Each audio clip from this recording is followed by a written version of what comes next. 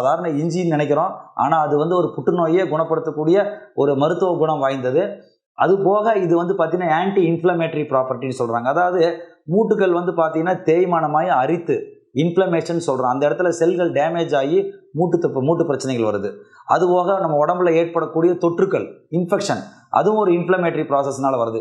இது எல்லாத்தையுமே அதை வந்து தடுக்குது. நோய் எதிர்ப்பு சக்தி கொடுப்பது மட்டும் இல்லாமல் அந்த ஏரியாவில் அந்த பிரச்சனைகள் ஏற்படக்கூடிய அந்தந்த பகுதிகள், மூட்டுகளாகட்டும், ஒரு சுவாசம் ஆகட்டும், ஒரு பகுதியிலும் ஏற்படக்கூடிய டேமேஜ்களை தடுக்கிறது. ஸோ அது வந்து அதுதான் ஆன்டி இன்ஃப்ளமேட்டரி ப்ராசஸ் சொல்கிறோம்.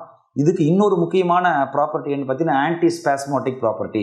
மெயினாக வயிறு வலி, மாதவிடாய் சம்பந்தமான வலி, மென்ஸ்ட்ருவல் சிம்டம்ஸ், டிஸ்மெனோரியா அப்படின்னு சொல்கிறோம்.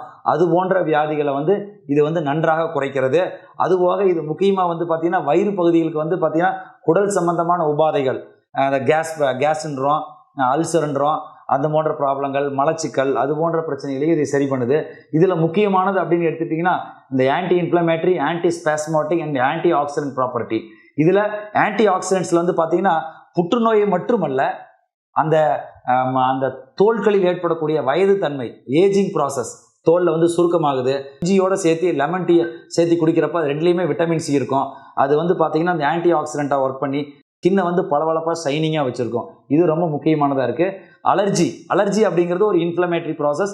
அதை வந்து தடுக்குது. ஆஸ்துமா, தோல்வியாதி போன்ற பிரச்சனைகளை தடுக்குது. இதில் முக்கியமானது இஞ்சியில் வந்து பார்த்திங்கன்னா மெக்னீஷியம் அப்படிங்கிற ஒரு காம்போனன்ட் இருக்குது. இந்த மெக்னீஷியம் அப்படிங்கிற காம்போனன்ட் வந்து பார்த்திங்கன்னா கால்சியம் மாதிரியே மெக்னீஷியமும் உடம்பில் உள்ள இரத்த கொதிப்பு அதை வந்து கண்ட்ரோல் பண்ணுது. இந்த அயன் சத்து, இரும்பு சத்தை கொடுக்குது. விட்டமின் B6 ஒன்று இருக்குது, அது ஆல்ரெடி நான் சொல்லியிருக்கேன். விட்டமின் B1, B6, B12 இது எல்லாமே பச்சை காய்கறியில் இருக்குது. அதுபோக நான்வெஜ்களில் எல்லாம் அந்த இறைச்சிகளில் இருக்குது.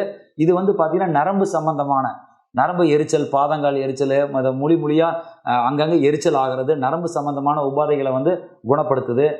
Vitamin C, anti oxidant already நம்ம டிஸ்கஸ் பண்ணியிருக்கிறோம். இதில் வந்து இந்த விட்டமின் சி இஞ்சியில் இருக்குது.